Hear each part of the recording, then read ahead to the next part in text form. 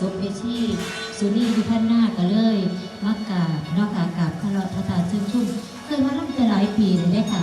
เมตุได้อยู่ว่ามาล่ำเอาไปมีสิล่ำถวายมากกับอันคุณนายร่องให้ดอกเกศมนตรีนะคะให้ร่องให้ดอกเกศมนตรีชาติบ้านเนี่ยเพิ่นกับมาเฮ็ดบุญด้วยกันค่ะคุณนายเพิ่นค่ะเดี๋ยวมาล่ำคุณนายก็เป็นมาล่ำเป็นด้วยกัน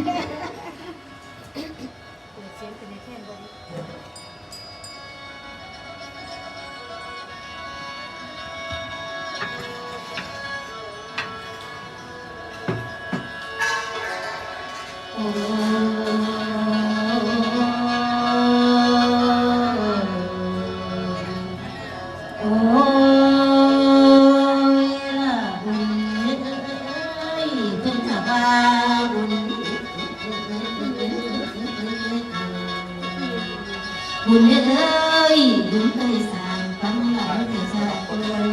สร้างแต่ไหนได้จังสันสร้างแต่ไหนได้จังสันสวรรค์ใจสมมาตาใสใสนั่ง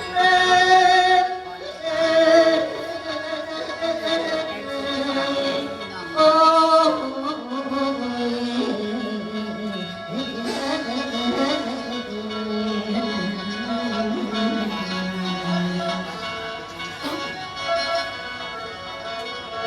อันนี้เราพึ่งทำให้นะเอ้ยทั้งที่คนพี่น้องชีวิตต่างกันได้เดินทางชีวิตถึงคนมาแล้วยืนยันหารับรองขายเสียงกินยิ่งเหลือและอยู่คุมอับเสียงแทนเสียงตีแรงปากโถน้ำลงเอวละคนบาดที่ขอคอยน้อมแต่อดีตผ่านหุ่น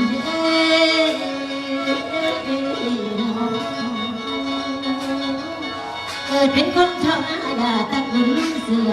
โลกสังเป็นบ้านชาติบ้านไก่ท่าเกิดเป็นลูกกุลาคนสีตัวมือตายยกบ่อเสียวกันยังไงร่างจากหูสายหาครูบาอาจารย์ผู้สอนนำลงอยู่ในเมืองบุญของเดิมหมอลำเพลินนับรถเชิญแต่เองนับคือเด็กโตนะไปเห็นนักมีพ่อตาผู้คนนับคนถือพ่อจากท้องเสียงวิสุทธิพ่อคนเก่าต่อมาไปนั้นเจ้าพ่อคนเด็กเอาไปเอาคนที่อยู่ในสถานที่อื่นๆนักเรียนมาพ่อนั้นน่ะพาเป็นคณะสู้คนพัฒนาอยู่พอหูเล่ากันอังคณะตัวยังเดิมเป็นนั้นโอ้ยชีวิตกับเดือนน้ำไปกูเสียวเสียจากกันเป็นแล้วเสียจากกันเป็นแล้วหารับรองไปยังข่าว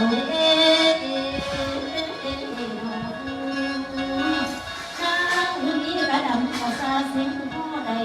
เมื่อนั่งไทยขอย่อย่ออังคณะก็หูเมื่อตัวหัวปลาหลานทันพระตาเฮาก็ได้ดอกนี่ฉากเสียงสีตาก็มีหูอีพอเต็มเจ้าน้ำก็คุ้มคุ้มเก่าหนูใครจะกินเป็นเฮาใจหนีกับพ่อได้ชื่อเสียงนี่เป็นอาชีพเลี้ยงกับพ่ออยู่พ่อไปทั้งคณะคนใส่เป็นไทยกับพ่อหูว่าก็ทั้งทางสื่อบ่หูบ่หูกับบ่ได้ดอกที่น้ำเนสิดันเศร้าจังอยากมาสีเศร้า